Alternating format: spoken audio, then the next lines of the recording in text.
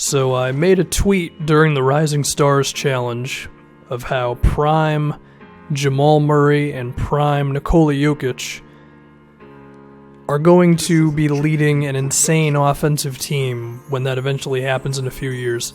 Denver is already a very impressive offense. This year it's like 6th in the league. Last year it was around there as well. And Denver, their collection and then their future really interests me a lot because I think they've quietly gone under the radar almost. Like, we notice the guys on the team, but I feel like we haven't freaked out enough about just how set Denver is for the next decade or so. And a lot of it is from three players, really. I mean, Jamal Murray and Jokic are the main two, with Jokic being number one, and then Gary Harris, of course, as well. So if we dive into all three of those guys, I mean, if we start with Jokic, you got to go with him first. The thing with him is it's going to be interesting to see how he balances scoring with passing, right? Because there are some times when I think he gets a little too pass happy. And, I mean, he's a fantastic playmaker. And if there's anyone who's ever going to lead the league in assists as a center, besides Wilt Chamberlain a million years ago, then it's going to be Jokic, right? Because even if you look at a guy like Al Horford, right? Like, Horford's a very good playmaker for a big, but he needs to do it within the flow of the offense. He's got a little bit of improvisational skills, but it's nowhere to the level that Jokic's is, where Jokic, anytime he has the ball, it's a potential assist because he's got behind the back passes, behind the head passes. He's got touch passes that take up the well, I don't know, a millisecond, and the defense has no time to react. He'll have full court passes. It's just crazy. He has the ability to pass someone open as well. So it's like the dude's not really open, but he can throw it to that one little spot that with the guy's momentum can be completed for an assist, right? Or a foul or something, a good shot. So a guy doesn't need to be all the way open for Jokic to get him the ball either. And I was looking at some of his highlights, and the craziest thing I noticed was, I forget what game it was, but the opposing team was double teaming him on the low block, and he very calmly put the ball up with his arm, like to the top of his frame, so they couldn't swipe the ball from him. And then he just calmly looked and saw what was happening, and I believe Juancho Hernangomez cut to the rim, and then he did a behind-the-back pass on the side of, very close to the baseline through the double team, or around the double team, if you will, and he got an assist out of it. Jokic is just a special playmaker, and Jamal Murray and Gary Harris have definitely developed some chemistry with Jokic on those passes. He and Gary Harris figured it out a little quicker, I think, because, Harris will cut a lot. That's a big thing with Jokic, is spread the floor and someone cut. Because, of course, when your center is the one with the ball, I assume the paint is pretty open at that point. And Gary Harris has that figured out, and Jamal Murray has that figured out now too, but I think with Murray, there is a little bit more of stuff on the perimeter that could lead to three-pointers. Not to say that Jokic doesn't do that with Gary Harris, because he does, but there's a little bit more there with Jamal, because I think Jamal Murray has a higher offensive ceiling than Gary Harris does, mainly because of his ability to shoot off the dribble, and I think he can create his own shot a bit more than Gary Harris can. Not to say Harris can, he definitely has his moments, but I would suspect that Jamal Murray can be a 20-plus point scorer, and then Gary Harris offensively, high teens. I do think Gary Harris's stats look a little better because he's playing with Jokic. The guy who is probably going to go down as the best passing center ever. So if there's one guy who's going to inflate your stats a little bit, it's going to be him, which is fine because Gary Harris fits in well and it makes the team better. But now I guess if I can go back to Jokic's scoring, his three-pointer's coming alive now, and he seems pretty willing to shoot it. His mid-range, I think he had the mid-range figured out last season, and his release, it is a little awkward looking, but I think it's fine in terms of a fast release and being able to shoot over a guy who's contesting him and all that. If we look at his percentages, I mean, he's taking about 3.5 threes a game right now. Pretty decent. He shot over 80% from the free throw line for his whole career. And then when we're talking about mid-range, he's actually shooting 49% on like two-pointers, long two-pointers, and I mean, that's really good. So you got to respect Jokic from everywhere, and then he's got just a lot of moments where he just finds the way to get open. I mean, he's not like, for as good as a ball handler as he is, I do think he has another level to get to in terms of beating guys off the dribble consistently. He can do that, but I do think he has another level that he can be at with that. And then he can be really impossible to defend. Because, I mean, he can already do so much in the low post and as a shooter that if he can then beat guys off the dribble like all the time, then, I mean, at that point, what do you do? I mean, it already is what do you do against Jokic, because he's been the engineer of a top 10 offense for 2 years in a row, and he's only 22 years old. Like, that's crazy. And then as a rebounder, I think he's improving this season on the boards. I mean, he's about the same. His defensive rebound percentage is like slightly up, whatever. He's basically the same rebounder that he was last year, which is fine. Jokic is good, man. He's really good. But I think I mentioned this a little bit earlier. Hopefully he just remains aggressive. I mean, passing is great. It's beautiful, but hopefully don't get like too in love with it. Like, this team is still going to have moments where they just need a bucket, and if you can just do something yourself, and I think that ball handling thing that I mentioned can come into play here. If you can improve on that, then you could really be able to do this stuff. So yeah, Jokic is good. Let's get to Jamal Murray a little bit, because I think Murray has 20-something point potential, especially on this Denver team that shoots a million three-pointers, has a whole lot of versatility. I'm actually surprised they're 16th in pace. I figured they'd be higher. But then again, they'd probably slow it down a little bit for the sake of Jokic, because, of course, you want Jokic to not get tired out too quickly, and of course he's not the best defender in the world, so if you're making him just constantly run up and down the floor, that might hurt you a little too much on defense. So, right now they're 13th. That's not true. They're 16th in pace. Could be a little higher, but okay. But nonetheless, Jamal Murray.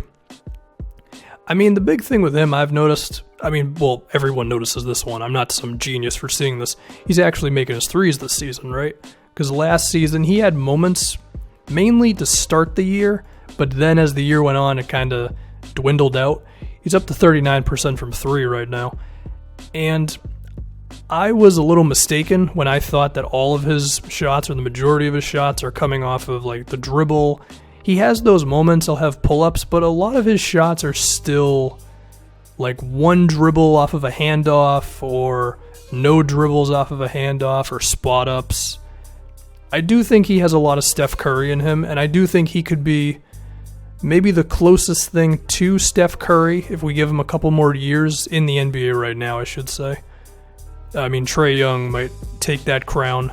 And actually, Damian Lillard, I think, has a very good bid for that one, so maybe Lillard would be the closest thing to Steph Curry at the point guard position. But Jamal Murray's in that sort of world, I think, offensively. Not there yet, but he can get there. The other thing I'm noticing is he's doing more stuff in the pick and roll this season. He's up to about 4.2 pick and roll possessions a game. He's in the 67th percentile, which I think is pretty good for a guy in his second year. He was actually showing good stuff in his first season on the pick and roll, but he didn't get the ball as much, like under 3 possessions a game last season. I think with Emmanuel Mudiay being gone, you can see that even more from Jamal Murray now.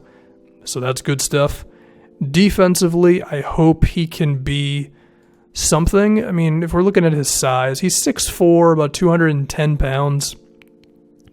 I mean, Steph Curry is smaller than that, and he's grown into a damn good team defender. Can still get beat one-on-one, but I would hope that Murray can at least be a good enough team defensive player to where he can just, know the assignment and all that. In terms of being like a real on-ball dude, I don't know. I mean, number one, he has to put a lot of his energy towards offense, and then number two, 210 pounds. He just might not be big enough, But as long as he can get to not bad, I think that's good enough. And I think that can be the mentality for almost everyone on this team, is just get to not bad on defense, and then allow guys like Paul Millsap to push you over the top defensively, you know? Do I picture Jamal Murray being a big playmaker? He's up to 3 assists a game right now, which really isn't much. I don't really picture him ever being like a 7 assist kind of guy. I think we could see him similarly to like Kyrie Irving, Damian Lillard, just more of that shoot first point guard, which is totally fine to have in today's NBA. And I think he can be productive there. Now if we can get to Gary Harris. Harris is a little bit more normal than Murray and Jokic, which is cool. I mean, he's a very good 3-point shooter, and he's a very good cutter, and he does stuff in transition. What I've noticed the most about Gary Harris, it seems like he doesn't even take the dip on his jump shot when he has to get it off very quickly. And I think that's the type of thing that can make you like a really lethal 3-point shooter, because then that just makes it even more difficult for opposing defenses to close out on you, you know? Because I was watching some clips, and that's exactly what would happen, is he had to get it off really quick, and instead of bringing the ball down to like almost to, you know, like around his midsection like you naturally do as a shooter, he just goes right up with it like right away, which I'm pretty sure that's not easy to do. And it's not easy to get your brain to do that, but it seems like he has that ability. And then hopefully he can also get to good enough on defense. For whatever reason, Gary Harris developed this mentality of being like a reputation for being like this really good defender when he's not.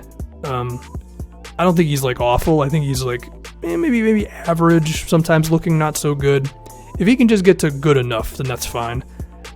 And then when we look at the rest of the roster, I mean, between Will Barton and Wilson Chandler, Trey Lyles has been huge for them as a stretch 4. There's just so much shooting on this team, you know?